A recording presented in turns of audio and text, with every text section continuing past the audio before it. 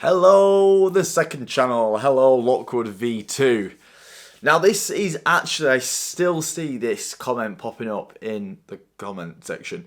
And it was basically saying, what has happened to the Aston Martin? Now, if you remember in the summer, me and Ronnie went halves on an Aston Martin DB something. I can't remember what it was. And we was, we got quite far. We did quite a lot to it. And then I just stopped the videos. And it's really awkward that because times absolutely flew by and people are saying, what's happened to the Aston Martin? What happened to it? Now, I've never really spoke about it because I always thought I was going to finish the video on the main channel, but every time I've gone to do it, it's just been too hard to fill in the storyline and it's just not made any sense. And I don't think it's a video I can put on the main channel because there's no content there and I can't make a video out of it. So now the second channel's come up, I can actually do a video like this, sitting and talking and using the footage that I did actually get. And the plan was to flip it. Now, after Adam Seafest, I ended up eating a sausage that we all cooked at a barbecue, and we were all a bit drunk, and it was undercooked. And I got food poisoning. And it was the worst 3 weeks of my life. It was honestly, absolutely horrendous. So in those 3 weeks, Ronnie actually found a buyer for the Aston Martin. Now, and he actually wanted to take the car out to Europe, but he had a deadline to do that. I think it was because the year of the car. I don't think you could take cars into Cyprus that were 5 years older. And it was getting to the point where there was like a month left and the car would have turned 5 years old. So he had to get that in Cyprus ASAP. And I was off. I was in and out of hospital with food poisoning. It was honestly horrendous. So Ronnie was at the situation where he's like, we've got a buyer here. You need to finish it. And obviously, when other people have got an investment in something as well, it's hard then just to prioritize making some silly YouTube videos, So what happened was Ron did a lot of the work. Ronnie did a lot of the work. And by the time I actually got well enough to come film, the car was done. And I tried to film bits and bobs, and I have filmed bits and bobs, and here is the bits and bobs. So we're going to cut to the video, and I'm going to do some overlay and just explain as we go along. But the main thing is that the story didn't end here. We didn't just sell the Aston Martin and everything's happy. It actually ended in pretty tragedy, pretty ironic circumstances, and I couldn't even believe it when I found out what happened to the Aston Martin. So let's cut to the footage that we've got, and then I'll see you guys in a minute when we're explaining what happened to the Aston Martin. Now, this is where the final video left off of the one I uploaded on YouTube. Remember, we actually had to take the whole dash out to change the airbag. We actually got the airbag out and it was an absolute nightmare. Now, the last thing I actually did on this car was I actually put in the new airbag. So we got the new airbag back in the car. And we actually got a professional company to come around and re-stitch the dash. They basically repaired the dash. And I wasn't there to see that, and I would have loved to see how they did that. But I come back and the dash was completely repaired. I then actually had to put the dash back in myself, and it was a bit of a nightmare, but I did manage to get it done. Now, I didn't film putting the dash back in because I'd just done a whole video on how to take it out, so I just quickly, as fast as possible, put the dash back together myself. Now, whilst I was away being ill, a lot of things happened. First of all, they sent all the front part, the front half of the car, so the bumpers, they actually sent them off to get painted. So when I come back, everything was there, everything was painted, and everything was pretty much ready to go on. And I managed to capture a few bit of footage of putting the bumper, the bonnets, and the wings on and everything. So that was good at least. But when I left, the biggest thing was they couldn't get the car to start. No matter what they did or what I did, we just couldn't get the car to even start cranking. I've been off, I've been at home for about 2 weeks. I've been massively struggling with food poisoning and I've not been able to do anything for 2 weeks. So we'll get Chazza on the camera and we'll see what the hell happened. So Charlie, what happened? What happened? Talk to us because I've not been in. What has actually happened? Did you put the bumper on, put all the things back in and try and start it, and it wouldn't start? So basically, Ronnie put all the bumper and all that on, put all basically back together, just to try to see if it would start. Then It just wouldn't really. Would it crank or would it just not? It wouldn't crank. It would crank if we put power to the starter motor. Sorry, I'm not looking at you. Yeah, go. If we put power to the starter motor, it would crank, but it just wouldn't start.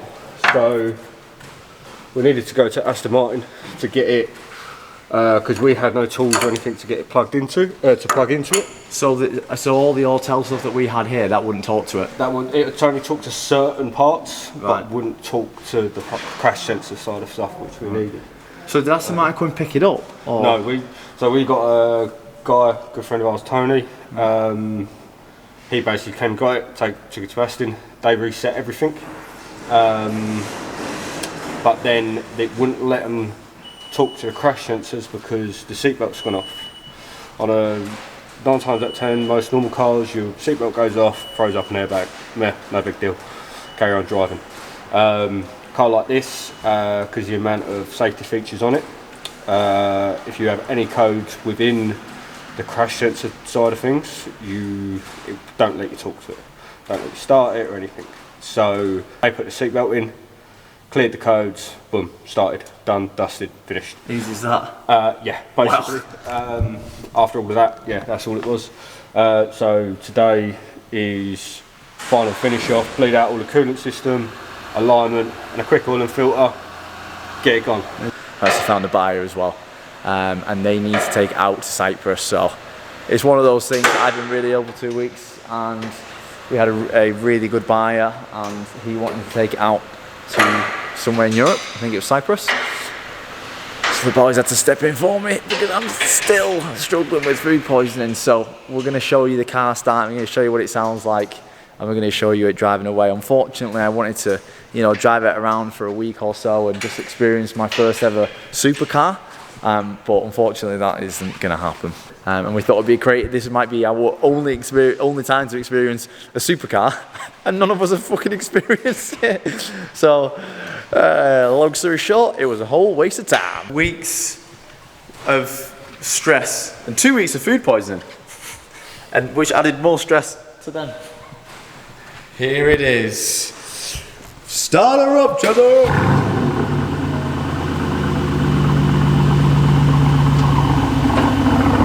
That's an Aston Martin, everybody.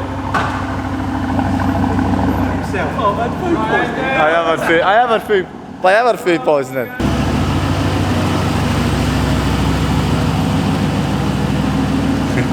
So here it is. It's outside. It is running.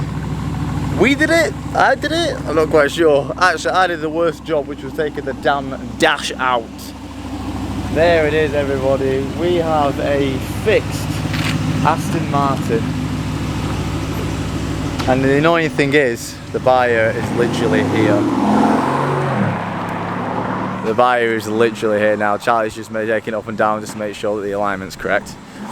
We literally have the buyer upstairs, and he's wanting to drive it back to Cyprus right now. And it's one of these things, it's one of these things. Could I have come in and helped? I'm at that age now where my health is like really important to me, because I'm starting to get ill a little bit more. I'm 29 now, boys, and we fucking did it. It gives me just as much joy watching Charlie drive it than I would, to be fair. But technically I don't own the car anymore. We don't own the car anymore because someone has literally bought it. So it's one of these things. I've been ill, and I was that ill I actually bought private healthcare. That's how ill I was. We've done it. I'm sorry we couldn't document it as much, but sometimes life happens. I'm just glad that, it is what it is. This is what happens when you go hard on someone. It couldn't just sit there and wait for me to be ill. It wasn't just me involved in this, it wasn't just me doing this, it wasn't just me funding this, etc. There was other people involved in this, and unfortunately things just can't wait sometimes. So this is the downside of going halves and halves of people and stuff, but we moved and we did it. So I'm sorry we couldn't document as much, but what a stressful journey. How does it feel like on that 10-metre drive? Like an Aston Martin? Like an Aston Martin.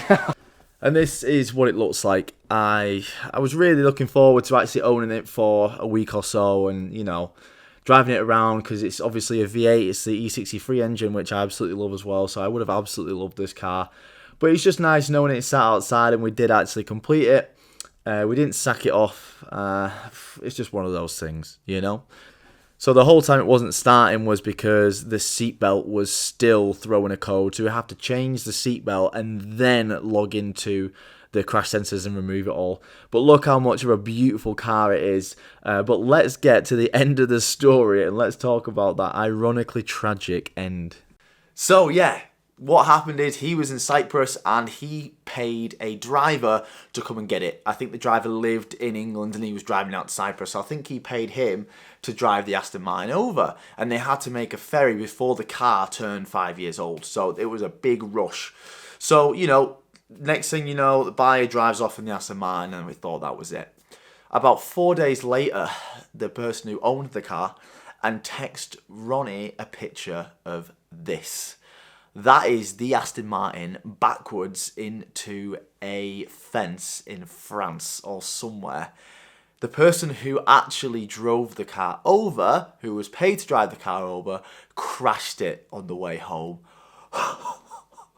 Can you believe that all of that work that we rushed to do, the guy crashed it on the way home? I'm not entirely sure what happened or how, but obviously it wasn't our problem. But I could not believe it. A part of me didn't care because obviously, like, you know, it's not our car anymore. But a part of me was like, what a waste of our time. Like, oh my God. And I'm pretty sure they had to rebuild it again when it was over in Cyprus. So yeah, I'm really sorry that I've left a few people hanging. I didn't think many people cared because the views on it were really bad. So I've definitely learned a lesson. Supercars aren't my thing.